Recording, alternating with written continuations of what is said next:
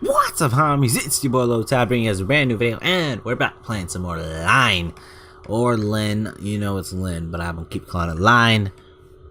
Cause I can. And cause I messed it up in the very beginning, so now it's just addicting. Alright, so jumping in from our last episode, if you guys remember last episode we talked to Susie, and she kept talking about her boyfriend over from Japan, her sugar daddy, basically. And now we're finally back home. And it seems that Dad and Jazz are arguing. This will be the first time we've actually seen our dad in the game, or heard about him at least. So let's jump right into it. +2 stress because they're arguing. I don't think it's Jazz's fault. She probably didn't want to argue, least of all with Dad. Oh, is Dad one of those people who fucking loves the argument for no goddamn reason? And you're like, shut up, just shut up. I don't care anymore. You're not right, but just shut up. Like, they'll be arguing, like, is 1 + 1 2? Like, they won't say it's 2. They'll be like, it's 0. And they won't accept the fact that they're wrong. Jazz used to bully me a lot when we were little, but I don't think she's a nasty person. Not really. Even if she is, she certainly wouldn't try to pick a fight with her dad. Dad's a lot bigger than both of us, and he's scary too. He'd be scarier even if he didn't have such a quick temper. Dad's shoulders are broad, but his hands are very large. They're scarred from years of manual labor. That's how you can tell when people do manual labor. Like my granddad, you could tell. And like anybody who does like any manual work, you can tell when like they do manual work, either by grip, like if you like handshake them, or just look at their hands. It's cool though, to me at least. He works in construction. He has done it ever since I can remember. It's kind of good Dad works in construction. I know a couple people work in construction. Usually he's too tired and dusty to do anything other than sigh and grunt and lie on the sofa watching the TV when he comes home from work. Change the channel. I don't want to get up to grab the remote. Can you do it, please? But I don't want to change the channel. Okay. Alright. But that's just most of the time. Not all the time. Sometimes he comes home in really foul moods, his hands cracked and muddy. The palm is bleeding, and then he starts shouting. He never shouts right away, though. He doesn't walk in and just... Ah! He's always quiet at first, like a volcano before it erupts, so he's like waiting. So you're like, don't talk to him, don't you do it. Don't say a word to him. That makes it even scarier. Dad isn't a bad person. He doesn't mean to lose his temper. I don't think he wants to shout at Mum, or insult Jazz, or make me cry. He does it because he's stuck in an exhausting job he doesn't like. But he never went to college, so he can't get anything better.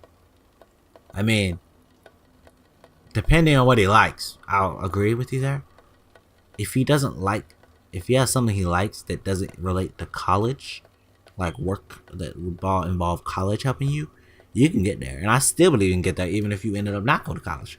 So, Dad, you better get your ass up and work for it, damn it.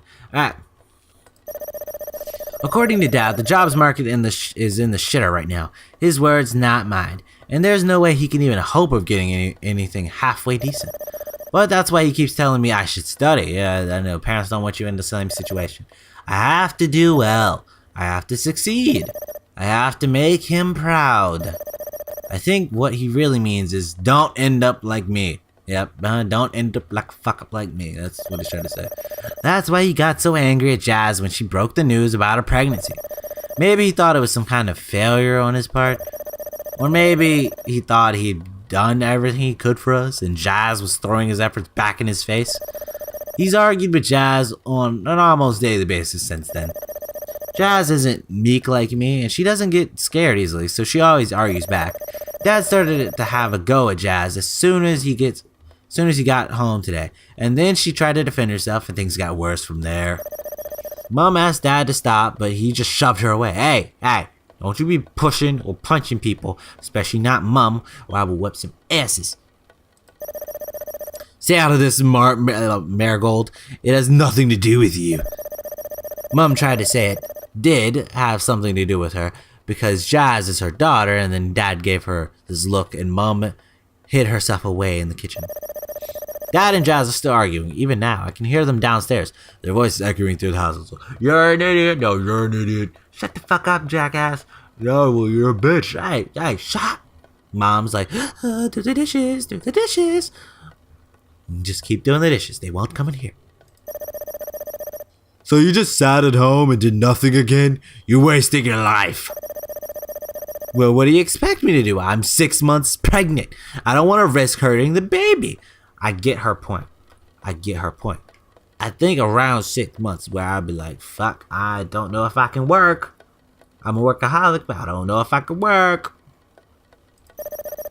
The baby, it's always the fucking baby. You should have thought about that before you gave yourself to the first man that asked. I already told you, it was at a party, I was drunk. And that makes it all better, does it? I was drunk, what do you want from me, Dad?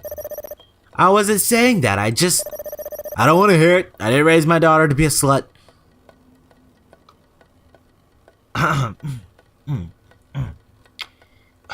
Lynne, as you're conscious, I want you to go downstairs real quick.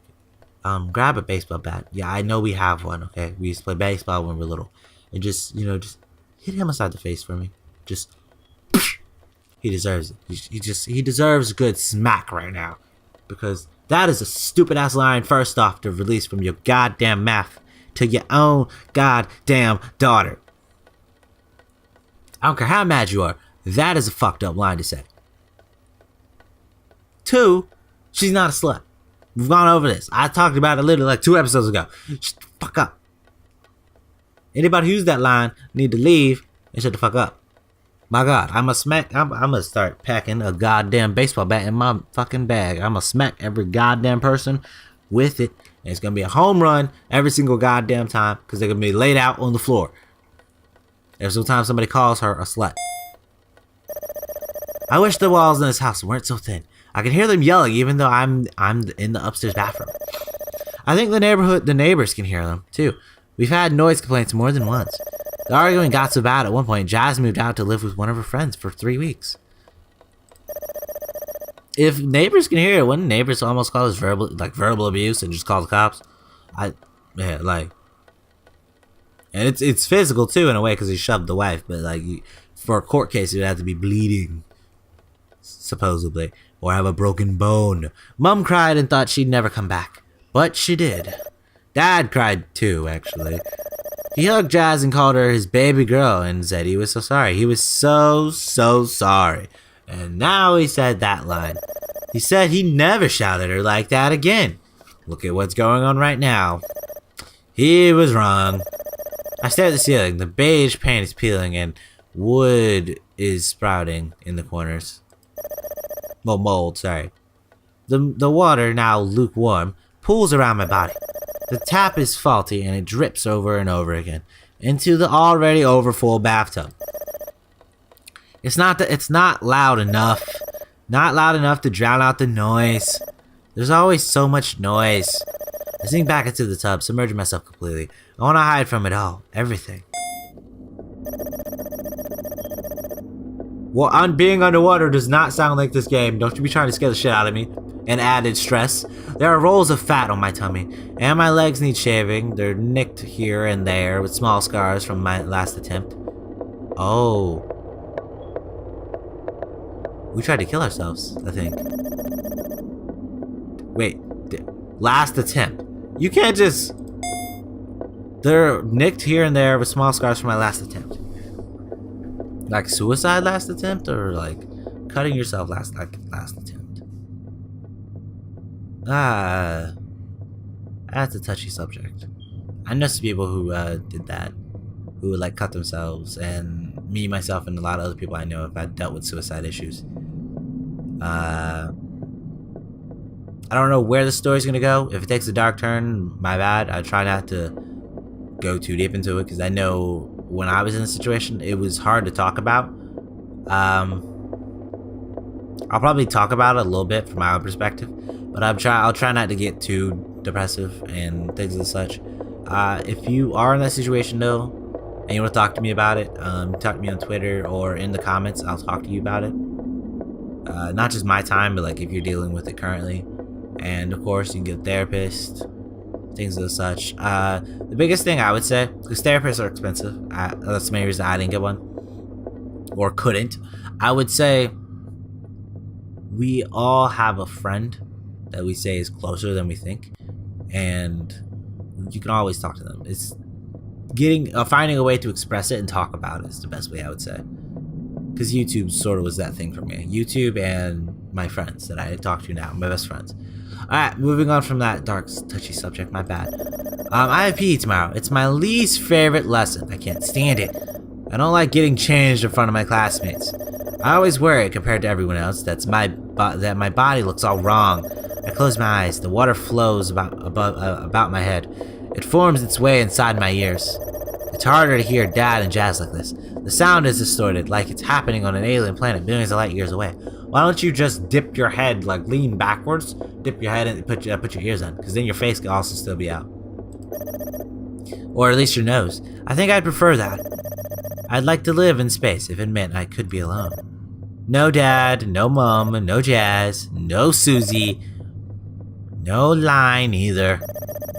I wonder what Line's house is like. I bet it isn't like this. I bet she has the perfect home. Announcer. And next we have number 86, Miss Harper. Will you please step onto the stage? I want to obey the disembodied voice, but I can't. Wait, what the fuck? We're on a current news show? Or like channel, middle of nowhere? My legs are trembling like a baby deer's. My heart is pounding. I can hear them all, the crowd, they're cheering. It's so loud, it hurts. They're getting more and more excited. The previous act is ushered off the stage. The red X that marks the spot is free. Waiting. I feel sick. Why did I sign up for this? I don't think I did sign up for it. It must have been Susie. We saw an advert on TV a while back, and Susie said it was a great opportunity. You wouldn't want to miss out on a shot at stardom, would you? She asked. I would very much so. I don't like performing in front of other people. It makes me feel uncomfortable. I'm not pretty sure like Susie. I'm not pretty sure like Susie. Well, no, I'm not pretty like Susie. I'm not self-confident. I'm not anything, really. Why am I here? I want to turn around and leave, but I've already come this far. I can't back out now. The roar of the crowd is almost deafening. Miss Harper, will you please step onto the stage? The disembodied voice calls to me again, crackly and distorted. It sounds impatient. Miss Harper, hurry your ass up or we will throw you out. The crowd are getting impatient too. So, Susie. She's standing behind me. When did she get there? And she pushes me between my shoulder blades. Her eyes are narrowed. Come on, Lynne. We worked hard for this. You can't back out now. I don't know. I'm nervous.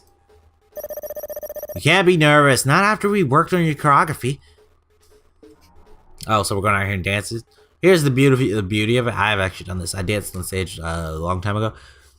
When you're on stage, if you want the biggest thing, now only do this if you're dancing. If you have to talk to the crowd, don't do this. Let the light, it works especially for me. I let, what's called, I don't focus on the crowd. The lights, for whatever reason, made it so I couldn't see the crowd. And I was like, yes, because I couldn't see them. So I acted as if they weren't there. Which can seem mean in a way, but I did it because it made me, I know dance well. So that's what I did. And you have such a cute outfit too. It'd be a shame not to flaunt it. Cute? I'm cute? No, girl. You're so funny. I'm not so sure. This outfit would probably look cute on Susie, but it doesn't look cute on me. My skirt is too short, it's several inches above my knees.